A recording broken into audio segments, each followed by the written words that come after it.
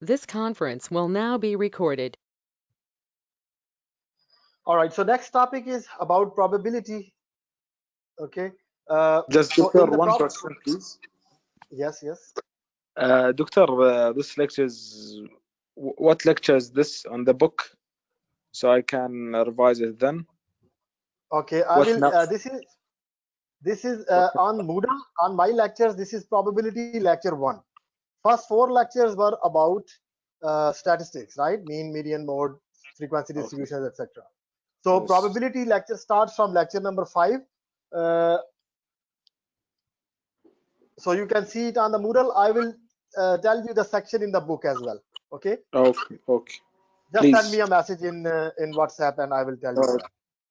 okay. Thank you. All right. So 3 things: sample space, counting number of sample points in the sample space. Okay, so there are many methods. First of all, let me tell you what do we mean by this collection of all possible outcomes. So let me tell you what outcomes are, okay, of a random experiment. So now there are many things: collection of all possible outcomes. One thing is this, is the highlighter.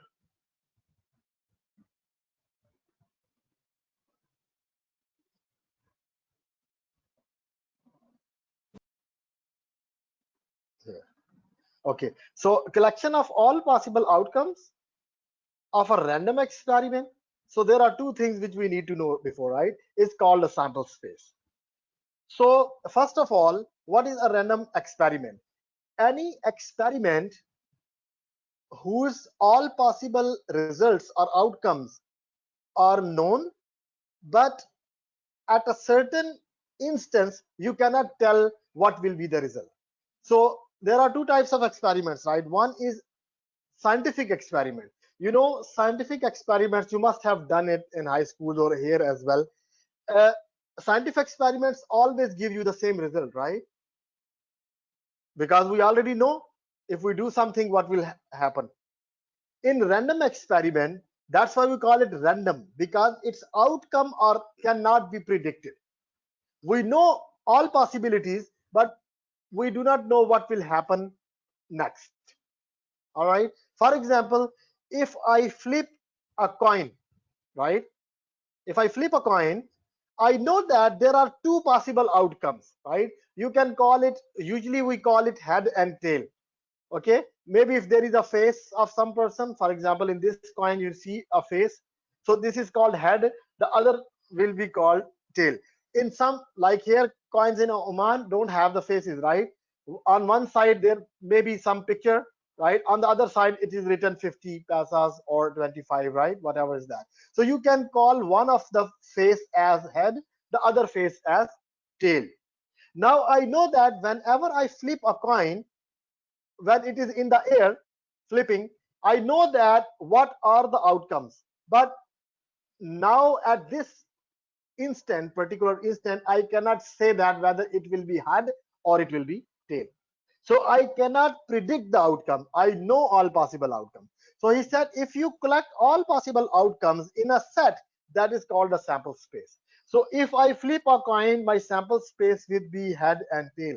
Only 2 outcomes here, right? Head comma tail, and we are using curly brackets. You know, curly brackets is used for the sets, and all items inside are included, right? So head and tail are the outcome. So this is my sample space. If we flip 2 coins, let's say, right? 2 coins are in the air. Now how many outcomes can there be? Because we have head,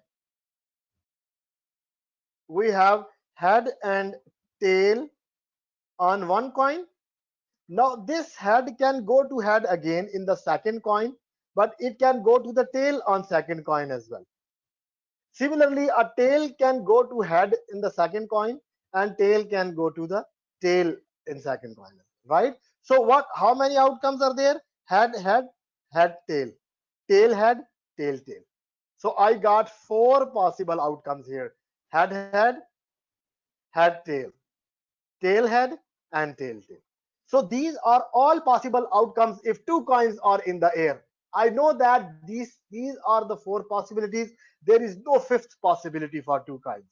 But at this particular instance of time or experiment, I do not know whether there will be two heads, whether there will be two tails, or one head or one tail, or head on one tail or second, or tail on one head on second. Got the idea? So this is called the whole sample space. Okay. Now, if I toss three coins, then how many outcomes will be there? There will be, see, two outcomes for first one. When we tossed two coins, there were two more. So we multiplied 2 by 2 and I got 4. You see, there are 4 outcomes, right? And now there is another coin. There are 2 more outcomes for that. So it means there will be 8 possible outcomes if I toss 3 coins, right? And how I will get 3 possible outcomes? Because now you see, I got in the second one, I got head head, I got head tail, I got tail head, and tail tail, right? These were 4 possibilities. Now again you see for the third coin, this will again go to head tail, right? And this will again go to head tail, again head tail, and again head tail. So see, there are 8, 1 2 3 4 5 6 7 8 possible. So the first one is head head, right? Head tail head, head tail tail, head tail, head tail head tail tail, and so on. So you can list all these possibilities. For example, this last one is tail tail tail, right? So there are 8 possible outcomes when we flip 3 coins. So this is a die. Everyone know that, right? I don't know. Every time in this class, I ask what you call it in Arabic, and I forget it. Anyway, this is a dice which we play different games with it, right? It has 6 faces, and there are dots on these 6 faces. 1 2 3 4 5 6.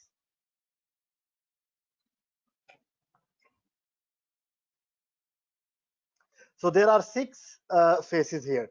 Now if you want to write the sample space, if I roll this die or throw this die, right, any one face can turn up from these 6 faces, right? So what are the possibilities? 1 2 3 4 5 6. There are 6 possibilities, right? So there are 6 possibilities. S for sample space, right? And 1 2 3 4 5 6, anything can occur. Why we call it a random experiment? Because at a particular instance, I do not know what will come up, right? So if I just throw the dice, I don't know where it will stop. It can turn up 6, it can turn up 3 or 4 or 5 or 1 or 2, whatever, right?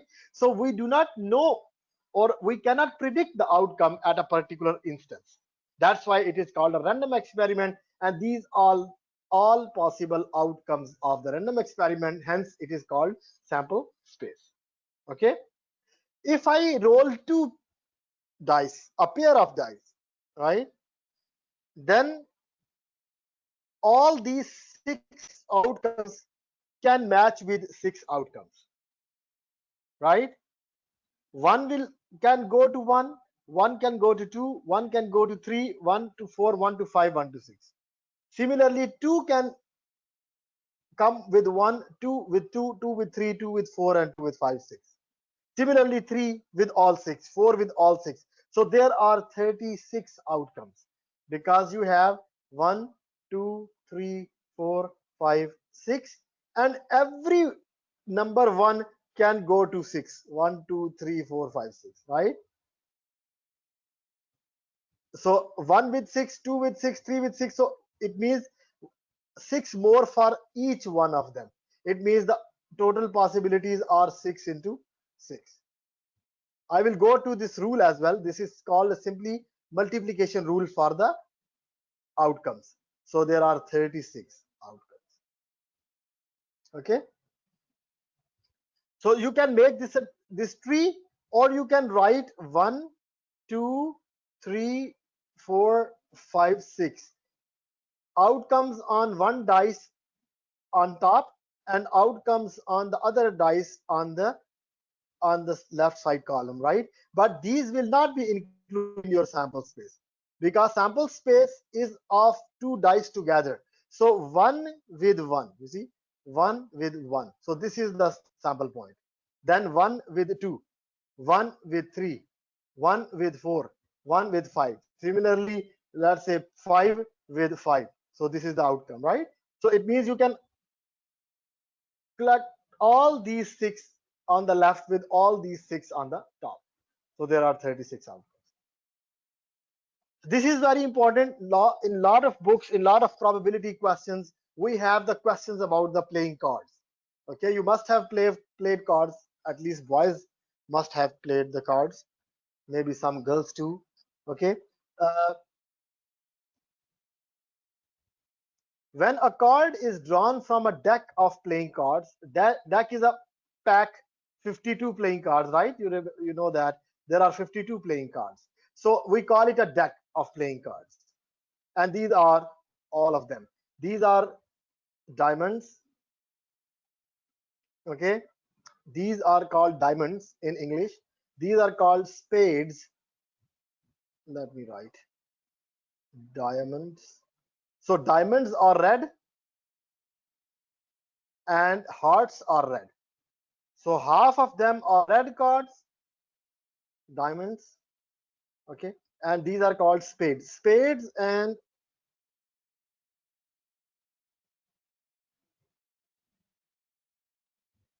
clubs. Spades and clubs are black. Okay, and these are hearts, of course. So hearts and diamonds are red. So 26 red cards, 26 black cards, and every card is have 13 cards in it. There are 13 diamonds, 13 spades, 13 clubs, 13 hearts. Okay, these are called the number cards. Okay, from 2 to 10. This is ace. A is for ace, right? Some people call it 1 as well, from 1 to 10, but A is for ace. This is jack, J for jack, Q for queen, and K for king, right? Q for queen and K for king. So there are 4 jacks. See, jack, jack, jack, jack. 4 queens, 4 kings, 4 aces. Every card is 4. 5 is 4. 10 is 4. Okay. So these are all 52 playing cards. So this is the sample space. If you are playing with a deck of playing cards, then your sample space consists of 52 playing cards, 13 spades, 13 diamonds, 13 clubs, 13 hearts, 4 kings, 4 queens, 4 jacks, 4 aces, 26 red cards, 26 black cards. Okay, so these should be in your fingertips, otherwise you can have problems. These cards are called face cards as well, because you see, on jack, queen, and king, there are faces of jack, faces of a queen and a king. So these are also called face cards. So face cards are jack, queen, and king. Now, is there any rule or formula which can be considered to count number of sample points in a sample space? So the elements here, these 36 outcomes which I wrote here, these 36 outcomes, these are called sample points, or these are called sample points. Sample space is a set, and every element in the sample space is called a sample point.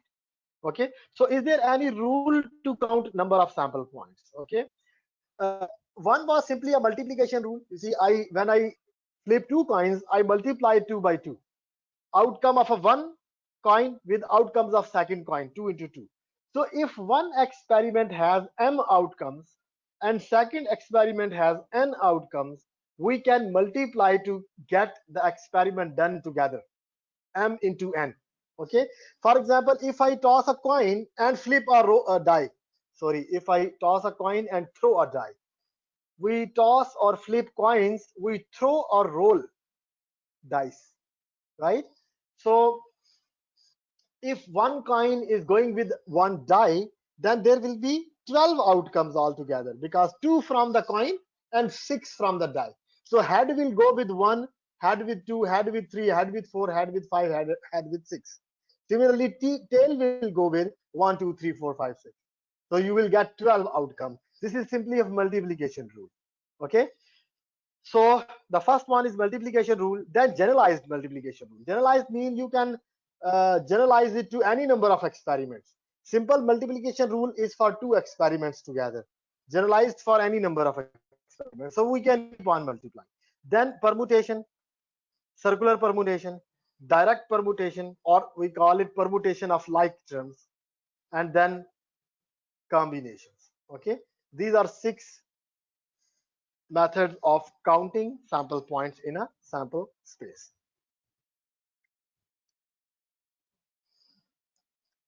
The chat box is open in front of me. Whenever you have a question, just write down your question over there. Either unmute yourself and ask, or you can just type your question and I will see and I will answer right away. So first is the multiplication rule. Multiplication rule is the fundamental rule of counting sample points. Okay. And what is that rule?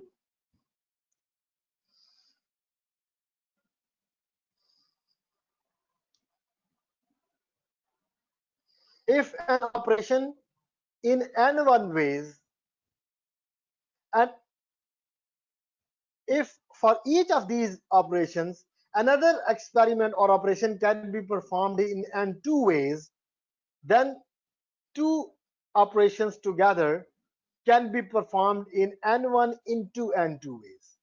Multiplication. Okay. For example, how many sample points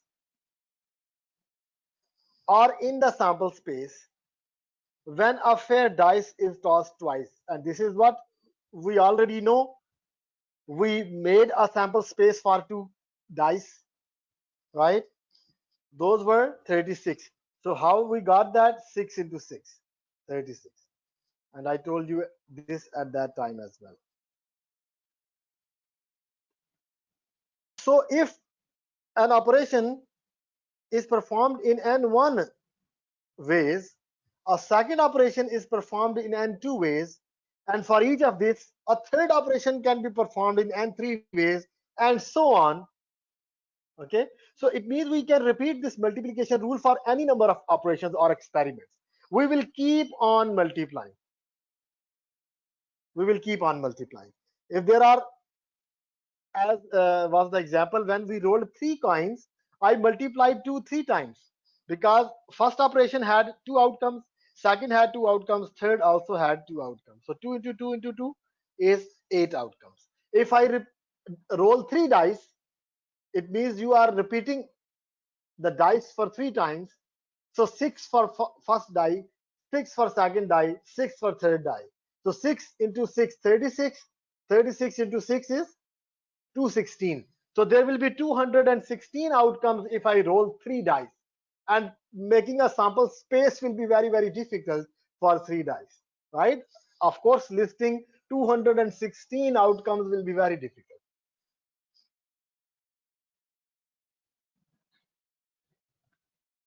An example is, how many 3 digits can be formed from the digits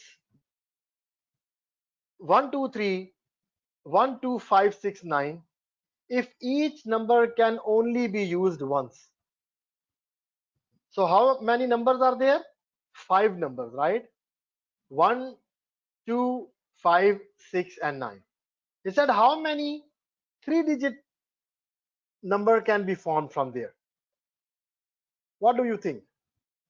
Write in the chat box. Can you use the multiplication rule here and write the answer? Don't multiply, just write 2 into 3 into 4 like that.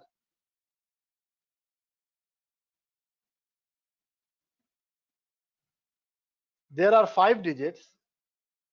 So writing the first number, if I'm writing 3-digit number, so 1, 1, 2, and 3 digits.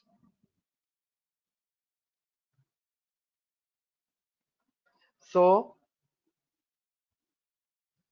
for first digit, I have all 5 numbers. I can choose any number. 1, 2, 5, 6, 9, right? So there are 5 possibilities for the first digit. And then for the second digit, how many possibilities? Because he said each number can only be used once. Can only be used once. So now, if you have taken the first one, there are only 4 numbers left. Let's say from 1, 2, 5, 6, 9, you wrote 9 at the first place. Now you cannot use 9 again. Now there are only 4 possibilities, 1, 2, 5, and 6. So there are 4 possibilities for the second digit. Now one more number is gone. So you have only 3 possibilities left for the third one. So altogether you have 60 possible. 5 fours are 20, 3s are 60.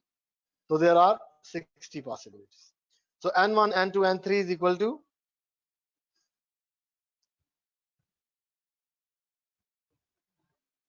5 into 4 into 3, 60 possible outcomes. Got it?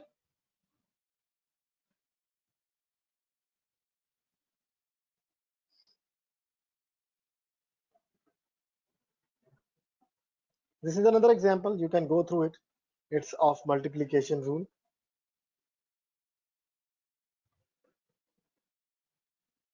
So this tree representation is also for the multiplication rule. This also is a very good idea to write the outcomes, as I did in the coins example. Write first experiment all outcomes. Now every outcome from the first experiment should match with the every outcome from the second experiment, and so on. At the end, you can list all possible uh, outcomes very easily. So this was generalized rule, multiplication rule, and generalized multiplication rules. Permutation rule. Permutation rule gives you the arrangement of all objects or any part of objects in a definite order. For example, there are 3 things, or let's say there are 3 numbers, 1, 2, and 3. I ask you how many ways are there to arrange them in different orders. 1, 2, 3. How many ways? So it means I can write 2 first, 2, 1, 3, or I can bring 3, 1, 3, 1, 2, 2, 3, 1, 3, 2, 1, 1, 2, 3, 2, right? There are many possibilities of arranging these 3 objects in some order. So order is very important here. Or you can select, you see, arrangement of all or a part of all, a part of a set. Both things can happen. Let's say there are 5 things and I ask you, can you select 3 out of them in some order? So I can select 1, 2, 3, or I can select 1, 3, 5, or I can select 2, 4, 5, right? So there are many possibilities of selecting a part of a set from the whole set. If you are selecting in a definite order, then permutation rule is the one to use. Okay. So the number of permutations of n objects, as I said for 1, 2, 3, if you have n objects in some order is n factorial. Do you know what is n factorial? N factorial is, you start with n. There is a button in the calculator as well for factorial, but what we do is we start with n, then we multiply by one less number, n minus 1, then one less number, n minus 2. We keep on decreasing the number unless we reach 1. Okay, so we continue like this unless we get 3, 2, and 1. This is the factorial. Okay, so for example, If I do 3 factorial, 3 factorial will be 3 into 2 into 1. 3, a number less by 1 is 2, a number less than by 1 is 1. So 3 2s are 6, 6 into 1 is 6. So 3 factorial is 6. So the question which I started with, I have 3 objects. How many ways I can rearrange this? 6 ways. Okay, so for this question, I have 6 ways to arrange this number. You can make the arrangements. You will not get a 7th way. There will be exactly 6 ways: 1 2 3, 3 1 2, 2 3 1, 2 1 3, 1 3 2, and 3 1 2. Okay, but if we have to arrange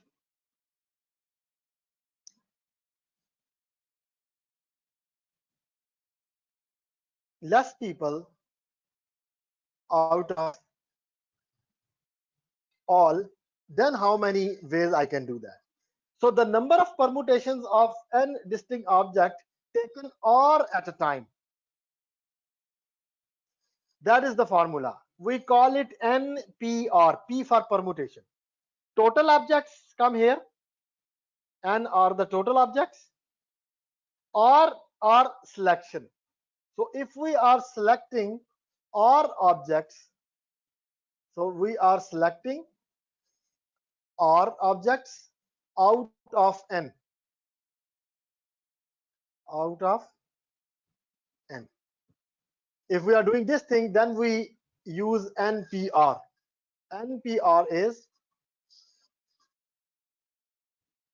your permutation. The formula is n factorial and n minus r factorial. Okay, so there is a button in your calculator as well. Somewhere you can see some calculator have underneath here written NPR.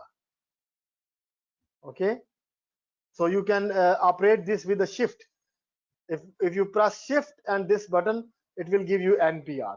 So you press n first, you write n first, then press this button in the calculator, and then you press R and equal, enter. You will get this NPR. Okay, so these are the permutations. So let's see an example.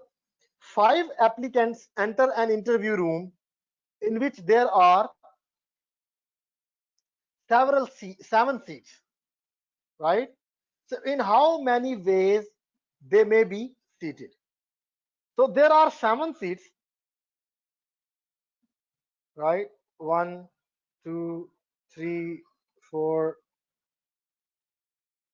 5 6 7. Let's say there are 7 seats and only 5 people came for the interview. Now they can take any 5 seats out of 7, right?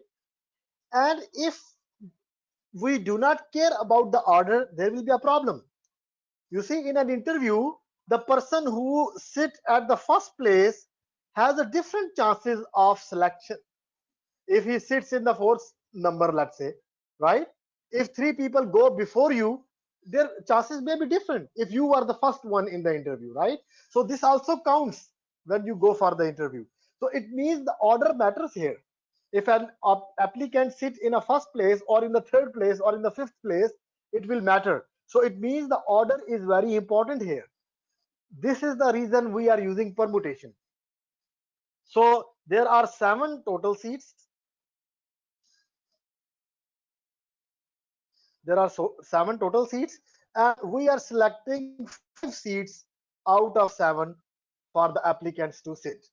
Okay, so this will be 7 PR. If you use calculator, it will give you direct answer, or you can use the formula 7 factorial divided by 7 minus 2 factorial, which is 5 factorial. So if you divide 7 factorial by 5 factorial, you will get the answer. Let me see if I have a calculator here. Oh. It will be solved. Let's go on. 25 20. So 2520 ways are there for 5 seats to be occupied from 7. Okay, Any questions so far?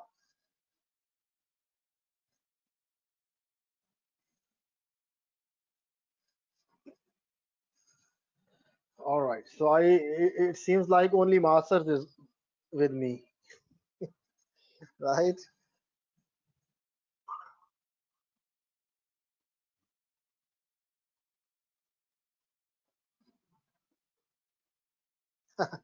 Ali is also there.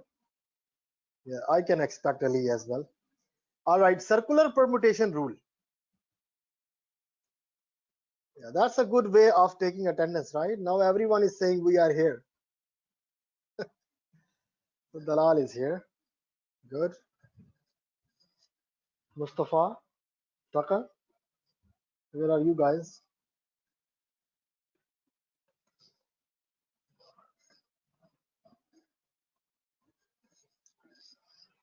Ahmad is here, my favorite. So people who are writing no means they are not here. So I put absent for them.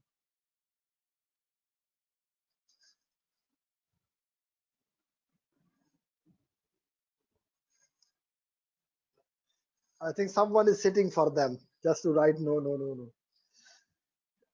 All right, guys. I don't have a tool to crop this video, so this all things will be coming in the video as well. Good for the recreation. So what is the circular permutation rule? The circular permutation rule is the rule if I am arranging some things in circular order. If I am arranging, let's say, three things in a straight line, the answer is 3 factorial, right? How to arrange three things. But if I arrange these three things in on a circle, right? 1,